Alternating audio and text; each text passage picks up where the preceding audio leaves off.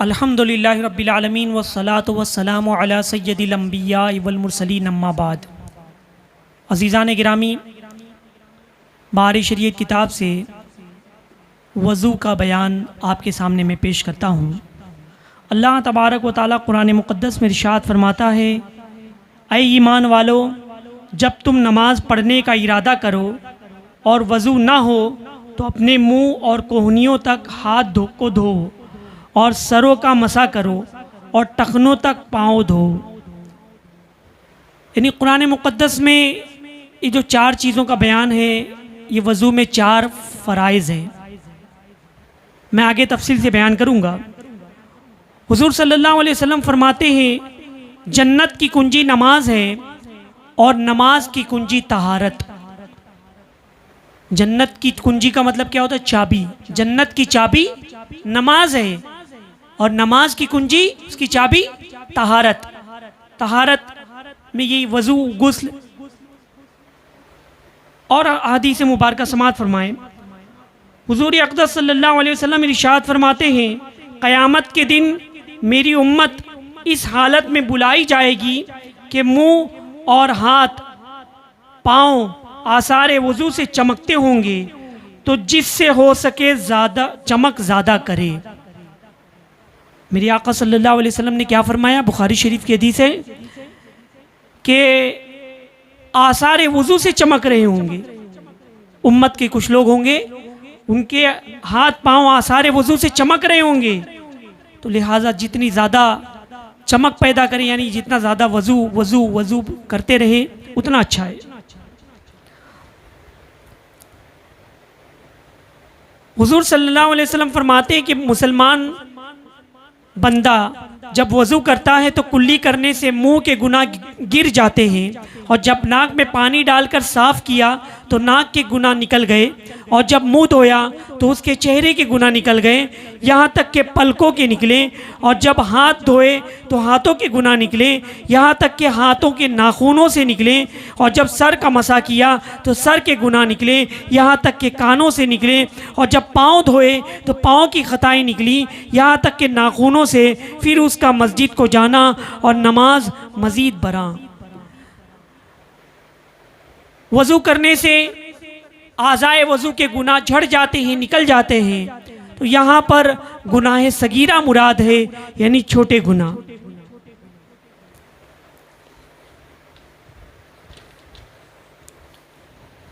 अब आइए वज़ू के ताल्लुक़ से मसाइल समात फरमाएं। कुरान मुक़द्दस की जो आये करीमा की तशरीह मैंने आपके सामने की, मफ़हूम बताया, उसमें चार चीज़ों का बयान है। तो इसलिए वज़ू में चार फ़र्ज़ हैं। कितने फ़र्ज़ हैं? चार फ़र्ज़ हैं। मुंह का धोना पहला फ़र्ज़ है, कोहनियों समेत दोनों हाथों का धोना यह दूसरा फ़र्ज़ है, और वज़ू का तीसरा फ़र्ज़ सर का मसा करना, और वज़ू का चौथा फ़र्ज़ टखनों समेत दोनों पाँवों का धोना। तो वज़ू के ये चार फ़राइज़ हैं। अब इसकी तफसील समात फरमाएं। किसी अज़ू के धोने का ये मानी है कि उस अज़ू के हर हिस्से पर कम से कम 2 बूंद पानी बह जाए। भीग जाने, तेल की तरह पानी चपड़ लेने या एक आध बूंद बह जाने को धोना नहीं कहेंगे। इससे वज़ू या गुस्ल अदा नहीं होगा। आमतौर पर 3 मरतबा मुंह धोएं, 3 मरतबा हाथ धोएं को लोग क्या समझते हैं कि 3 चुल्लू पानी। एक मरतबा चुल्लू में पानी लिया, मुंह पे डाले, दूसरी मरतबा पानी लिया, मुंह पे डाले, तीसरी मरतबा पानी लिया, मुंह पे डाले। तो बस ये 3 मरतबा 3 चुल्लू पानी डाल दिए, समझते हैं कि वज़ू हो गया। इस तरह खाली आगे से डालने के, यहाँ पर रह गया पानी डालना, यहाँ पर पानी रह गया। तो मतलब धोने का जो मतलब बताया जा रहा है कि अज़ू के हर हिस्से से जो बयान किया गया है, चेहरा धोना, उसमें क्या चीज़ें आती मैं आगे बताऊंगा। वो हर जगह से, हर अज़ू से कम से कम 2 बूंद पानी तो बही जाना चाहिए, और सिर्फ गीला हाथ लेकर के चपोड़ लेते हैं तो इसे चपोड़ने से भी काम न चलेगा। इस अम्र का लिहाज बहुत ज़रूरी है। लोग इसकी तरफ तवज्जो नहीं करते और नमाजें अकारत हो जाती हैं। बदन में बाज़ जगह ऐसी हैं कि जब तक उनका ख़ास ख्याल न किया जाए उन पर पानी नहीं बहेगा, जिसकी तशरीह हर अज़ू में बयान की जाएगी। यानी आगे बयान होगा कि चेहरे में कौन सी तरफ ध्यान न दें तो पानी नहीं बहेगा, टखनों में, पैरों में, वो आगे बयान किया जाएगा। तो जो मैंने बताया कि वज़ू में जो पहला फ़र्ज़ है मुँह धोना, तो मुँह कहाँ से धोना है? शुरू पेशानी से, यानी जहाँ से बाल जमने की इंतहा हो थोड़ी तक, शुरू पेशानी से लेके थोड़ी तक तूल में और अर्ज में, एक कान से दूसरे कान की लौ तक, एक कान से दूसरे कान तक मुंह है। इस हद के अंदर जिल्द के हर हिस्से पर पानी बहाना फर्ज है। यानी पेशानी पर जहाँ पर बाल उगते हैं वहाँ से लेके थोड़ी तक, सीधे कान की लौ से उल्टे कान की तक, ये पूरा हिस्सा हर जगह पानी बह जाना चाहिए, इसका धोना फर्ज है। मूंछों या भवों के बाल अगर घने हों कि खाल बिल्कुल न दिखाई दे तो जिल्द का धोना फर्ज नहीं, बालों का धोना फर्ज है। अगर इन जगहों में के बाल घने ना हो तो जिल्द का धोना फर्ज है। मूछ, दाढ़ी, भवें अगर एकदम घनी है, घनी का मतलब ये हुआ कि जिल्द नजर नहीं आती, स्किन नजर नहीं आती, तब फिर स्किन का धोना फर्ज नहीं बल्कि बालों का धोना फर्ज है। और अगर बाल घने नहीं है, दाढ़ी घनी नहीं है, मूछ घनी नहीं है, भवें घनी नहीं है, जिल्द नजर आ रही है, तो फिर जिल्द का धोना फर्ज है।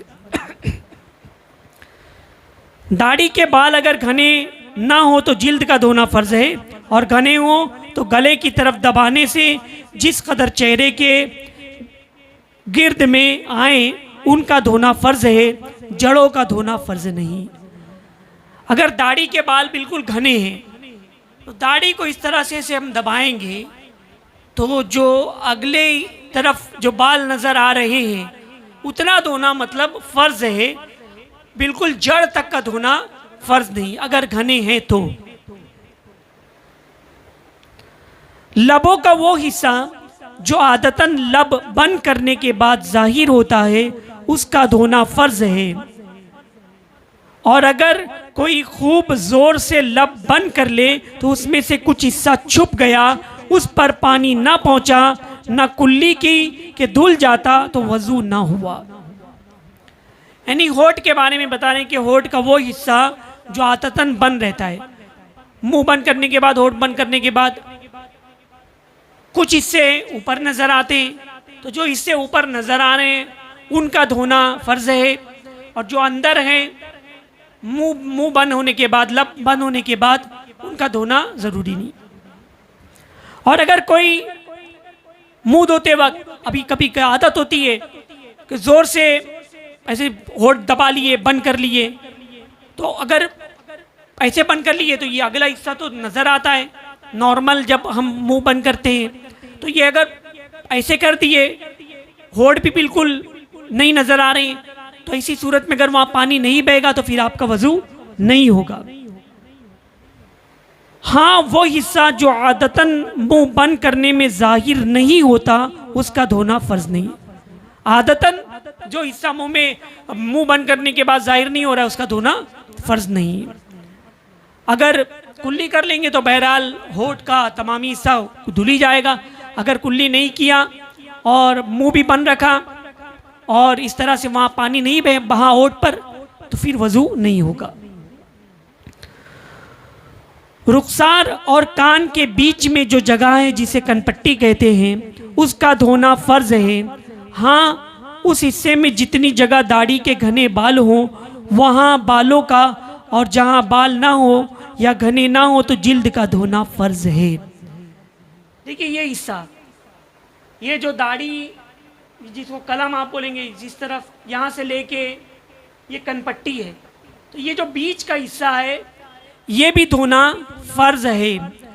अब जल्दी जल्दी में लोग क्या करते मालूम है, पानी चुल्लू में लिया, लेने के बाद मुंह पर मारे, तब पानी तो अगले हिस्से में लगा और गिर गया पानी। अब यहाँ पे पानी गिर गया और फिर क्या करते हैं, दूसरी तरफ चपोड़ लेते हैं, यहाँ पानी नहीं पहुंचा। लिहाजा 3 मरतबा जो धोने का सुन्नत है वो ये नहीं कि 3 चुल्लू कली इस्तेमाल करें आप, बल्कि हर तरफ से 3 मरतबा बहाएं, इधर भी पानी बहाएं, इधर भी 3 दफ़ा, इधर भी इस तरह से पानी बहाएं, इधर भी पानी बहाएं, यानी यहाँ पर भी पानी बह जाना चाहिए।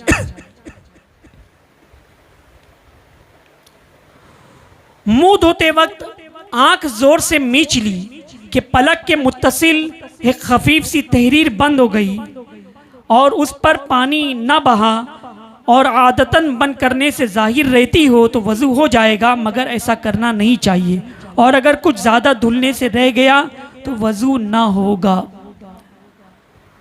अब मुंह धोते वक्त कुछ लोगों की आदत होती है कि मुंह पर पानी मारते हैं तो बिल्कुल आंख जोर से बंद करते हैं। तो अगर हम जोर से बंद करेंगे तो आंख की जो पलक है उसकी कुछ जिल्द स्किन सिकुड़ जाएगी। जब वो सिकुड़ जाएगी तो वहां पर फिर सिकुड़ने की वजह से वहां पर कुछ जगहों पर पानी नहीं पहुंचेगा। अगर वहां पर पानी नहीं पहुंचेगा तो फिर वजू कैसे होगा। लिहाजा आंख वगैरह इस तरह से बिल्कुल दबा के बंद ना करें, बल्कि नॉर्मल अंदाज में मुंह पर पानी मारे, मुंह को धोएं पानी से। और वजू का जो दूसरा फर्ज है, ये तो चेहरा धोना, ये वजू का पहला फर्ज था। वजू का दूसरा फर्ज समाअत फरमाए हाथ धोना। इस हुक्म में कोहनियां भी दाखिल है, यानी इसकी हुक्म में कोहनियां भी दाखिल है। अब कोहनी बोले तो ये जो हड्डी नजर आ रही है, ये कोहनी, ये यहाँ तक धुलना चाहिए। अब लोग क्या करते हैं, कभी कभी ऐसे पानी लेंगे एक हाथ में, ऐसे ऐसे करेंगे, ऐसे ऐसे करेंगे, तो जब तुम ऐसे ऐसे धो रहे हो तो यहाँ पर जो हाथ बंद होने के बाद ये जो हिस्सा है यहाँ पानी बहा ही नहीं। लिहाजा ऐसे से चुल्लू डालने से पहले आप हाथ अच्छे से नल के नीचे पूरा अच्छे से पानी बहा लें, फिर 3 मरतबा जो करते हैं वो भी कर लें साथ में। तो ये कोहनियों समेत दोनों हाथों का धोना फर्ज है। कोई भी जगह अगर बाकी रहेगी तो वजू नहीं होगा।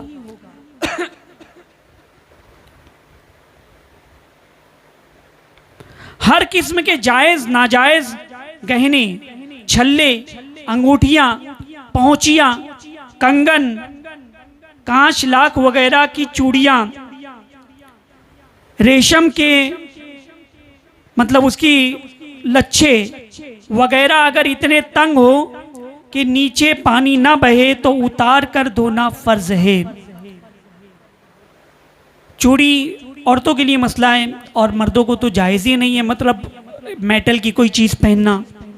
तो वो अगर पहने, चूड़ियाँ हैं या अंगूठी है, छल्ले है, पहुँची है, कंगन है, तो अगर वो इतनी टाइट है कि वहाँ पर पानी नहीं पहुँचेगा तब तो फिर उसको उतार कर धोना फर्ज है।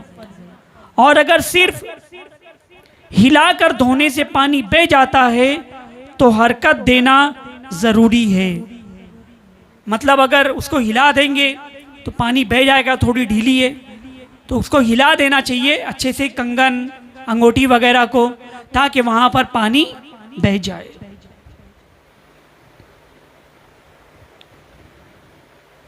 उसके बाद अगर ढीले हों कि बेहिलाए भी पानी बह जाएगा तो कुछ ज़रूरी है। अगर एकदम लूज है कंगन, बिल्कुल मतलब कलाई से अलग है, मतलब दूर है, ढीला है, तो बगैर हिलाए भी पानी बहा देंगे तो वजू हो जाएगा।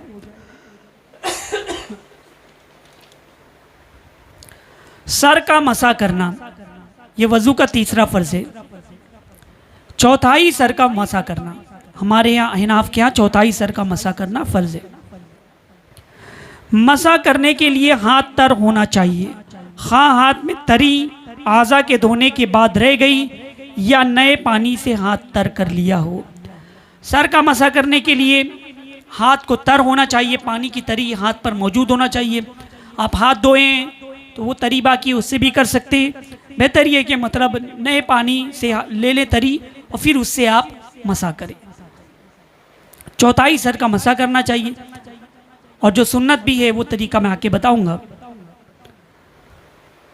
अमामे, टोपी, दुपट्टे पर मसा काफ़ी नहीं। हाँ, अगर टोपी दुपट्टा इतना बारीक हो कि तरी फूट कर चौथाई सर को मस करे तो मसा हो जाएगा, चौथाई सर को तर करे तो मसा हो जाएगा। अमामा, टोपी, दुपट्टे में मसा नहीं होगा। अगर एकदम बारीक कपड़ा है कि वो हाथ से करेंगे, उस पर लगाएंगे तो तरी अंदर चली जाएगी। लेकिन बेहतर ये कि टोपी, अमामा शरीफ उतार लें, दुपट्टा उतार करके इस तरह से सर का मसा कर लें। सर से जो बाल लटक रहे हैं उन पर मसा करने से मसा ना होगा। सर के बाल नीचे तक अगर लटक रहे हैं तो कोई सोचे कि नीचे में जो बाल लटक रहे हैं उसके ऊपर मसा कर लूं, तो इस तरह से मसा नहीं होगा। सर के ऊपर जो बाल है उस पर ही मसा करना है, और अगर किसी के बाल नहीं है तो सिर्फ सर पर ही हाथ फिरना है। वजू का चौथा फर्ज, पाँव को गट्ठों समेत एक दफा धोना। छल्ले और पाँव के गहनों का वही हुक्म है जो ऊपर बयान किया गया। पैरों में भी अगर औरतें कुछ पहनती हैं तो वो उसका भी वही हुक्म है जो पहले बयान किया गया। मतलब अगर टाइट हैं कि निकालने से पानी नहीं बहेगा तो उसको निकालना ज़रूरी है, अगर लूज़ है तो कम से कम उसको हिला करके वहाँ पानी बहाना चाहिए। ये वज़ू के 4 फ़राइज़ थे जो मैंने आपके सामने बयान किए। अब आइए वज़ू की सुन्नतें मैं आपके सामने पेश करता हूँ। बिस्मिल्लाह शरीफ से वज़ू शुरू करें, और अगर वज़ू से पहले इस्तिंजा करें तो क़ब्ल इस्तिंजा के भी बिस्मिल्लाह कहे। हाँ, मगर पाखाने में जाने या बदन खोलने से पहले कहे, नजासत की जगह पर ना कहे। और सत्र खोलने के बाद ज़िक्र इलाही मना है। वज़ू करने से पहले बिस्मिल्लाह शरीफ पढ़ लें, और अगर इस्तिंजा खाने वगैरह में जा रहे हैं तो उससे इस्तिंजा खाने में जाने से पहले बिस्मिल्लाह पढ़ना चाहिए। इसी तरह कपड़ा उतारने से पहले भी बिस्मिल्लाह पढ़ लेना चाहिए कि शैतान और जिन्नात के दरमियान एक पर्दा हायल हो जाता है। अगर पानी बड़े बर्तन में हो और कोई छोटा बर्तन भी नहीं कि उसमें पानी उंडेल कर हाथ धोए, तो उसे चाहिए कि बाएं हाथ की उंगलियां मिलाकर सिर्फ 2 उंगलियां पानी में डाले, हथेली का कोई हिस्सा पानी में ना पड़े, और पानी निकाल कर दाहिना हाथ गट्टों तक 3 मरतबा धोए। फिर दाहिने हाथ को जहाँ तक धोया है बिला तकल्लुफ़ पानी में डाल सकता है, उससे पानी निकाल कर बायां हाथ धोए। पानी में अगर कोई बगैर वज़ू, बगैर गुस्ल के, बगैर वज़ू के, बगैर हाथ धोए पानी में हाथ डाल देगा, बाल्टी में, टब में जो दाह दरदा से कम है, मतलब हौज़ दाह दरदा जो 10 हाथ चौड़ा 10 हाथ लंबा होता है, उसमें बगैर हाथ धोए हाथ डाल देंगे तो वो मुस्तअमल नहीं होगा। मगर जो बाल्टी में अगर वज़ू करते हैं तो अगर पॉट भी नहीं है तो ऐसी सूरत में सिर्फ 2 उंगलियों की इजाज़त दी गई है। 2 उंगलियों से आप हाथ धोएं, फिर जहाँ तक दूसरा हाथ धोए हैं उस हाथ से को फिर डालें उसमें और फिर हाथ धोएं। इस तरह से वज़ू करें।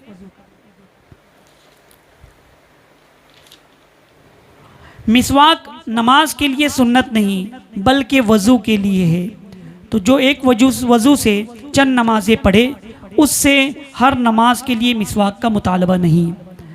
मिसवाक आका सल्लल्लाहु अलैहि वसल्लम की सुन्नत है, और ये नमाज के लिए सुन्नत नहीं बल्कि वज़ू के लिए सुन्नत है।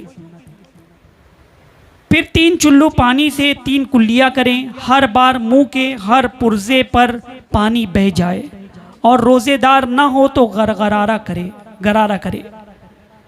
3 चुल्लू से कुल्लिया करना है, कुल्ली करना है। हर बार मुंह के हर पुर्जे में पानी पहुंच जाना चाहिए, यानी मुंह में पानी लें,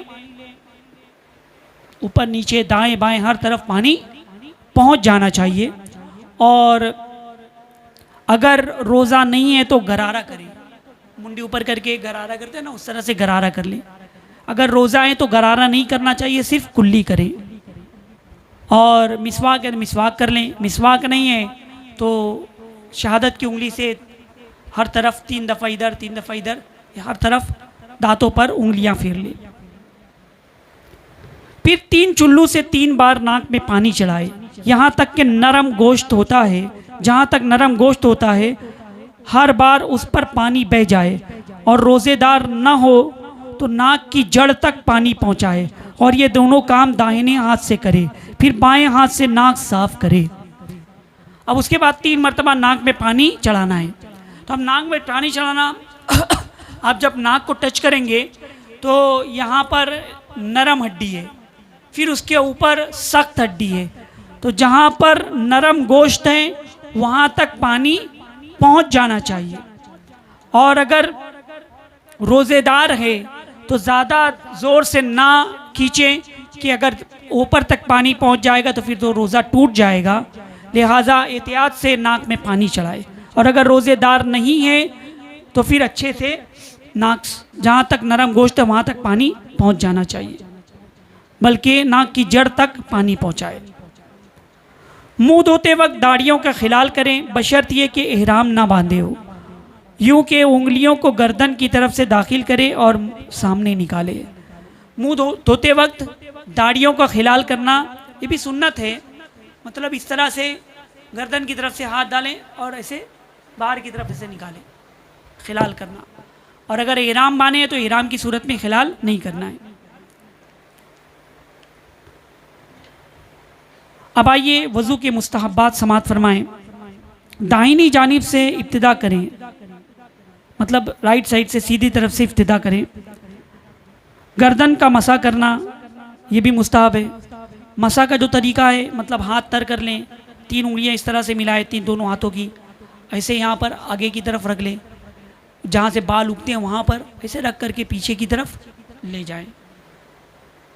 और फिर उसके बाद कलमे की उंगली से कानों का मसा कर लें, फिर कान के पीछे इस तरह से अंगूठे का कर लें, और गर्दन का मसा करना ये भी मुस्तहब है, ऐसे इस तरह से। हाँ, अलबत्ता आगे तक बिल्कुल नहीं लाने का, गले का नहीं, सिर्फ गर्दन का मसा करना मुस्तहब है। वज़ू करते वक्त किबला रुख रहना ये भी मुस्तहब है। मुस्तहब का मतलब ये कि सवाब मिलेगा, अगर नहीं करेंगे तो कोई गुनाह नहीं। पानी बहाते वक्त आज़ा पर हाथ फेरना, ख़ासकर जाड़े में। अब पानी बहा रहे हैं ना, तो पानी बहाते वक्त उसके ऊपर जिल्द पर हाथ फेर लेना चाहिए। देखिए, ठंडी के मौसम में तो ख़ास तौर पर करें कि ठंडी के मौसम में जिल्द सुकड़ जाती है। अगर पानी डालेंगे और वो सुकड़ी हुई जिल्द है और वहाँ पानी नहीं पहुँचा तो फिर वज़ू नहीं होगा। लिहाजा पानी डाल करके अच्छे से जिल्द के ऊपर हाथ भी फेर लें, ये मुस्तहब है। वज़ू करने में बगैर ज़रूरत दूसरे से मदद ना लेना, यानी वज़ू में बगैर ज़रूरत किसी से मदद नहीं लेना, यह मुस्तहब है। खुद ही से वज़ू करें, पानी नहीं है तो लोटे में खुद ही पानी निकालें, खुद ही से वज़ू करें, किसी की मदद ना लें, ये मुस्तहब है। अंगूठी को हरकत देना जबकि ढीली हो और उसके नीचे पानी बह जाना मालूम हो, वरना फ़र्ज़ है। अंगूठी को हरकत देना, अंगूठी अगर पहने तो उसको हिला लेना चाहिए, ये मुस्तहब है कि अच्छे से पानी पहुंच जाए। और अगर इतनी टाइट है कि पानी नहीं पहुंचेगा तो फिर फ़र्ज़ी अदा नहीं होगा, वज़ू ही नहीं होगा। साहिब उज़्र ना हो तो वक्त से पहले वज़ू कर लेना, यानी बार बार किसी का वज़ू टूट जाता है तो वो माज़ूर हुआ, तो अगर माज़ूर नहीं है तो वक्त से पहले वज़ू कर लेना चाहिए। इत्मीनान से वज़ू करना, अवाम में जो मशहूर है कि वज़ू मतलब वज़ू में जल्दी से करना चाहिए, लेकिन इत्मीनान से वज़ू करना चाहिए।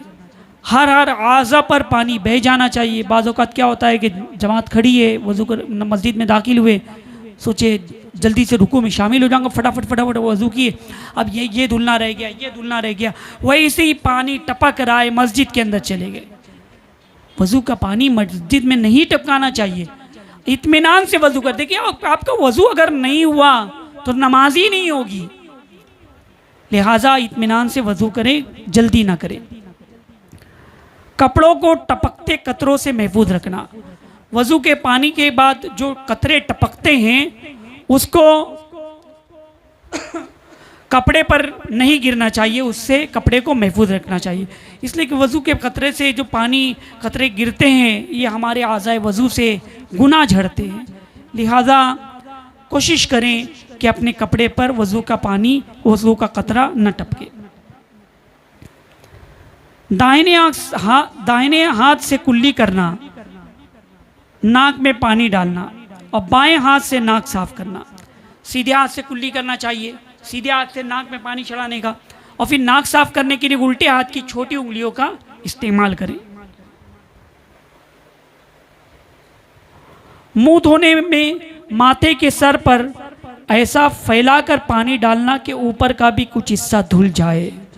मुंह धोते वक्त माथे के सर के ऊपर जो बाल है, मतलब थोड़ा ऊपर तक, वहां तक भी पानी डाल ले, थोड़ा ऊपर तक का, ताकि कुछ ऊपर का भी हिस्सा धुल जाए, यानी जो फर्ज में से शामिल हो रहे हैं वो नहीं रह जाए, बल्कि थोड़ा और ऊपर भी धुल जाए, ये मुस्तहब है।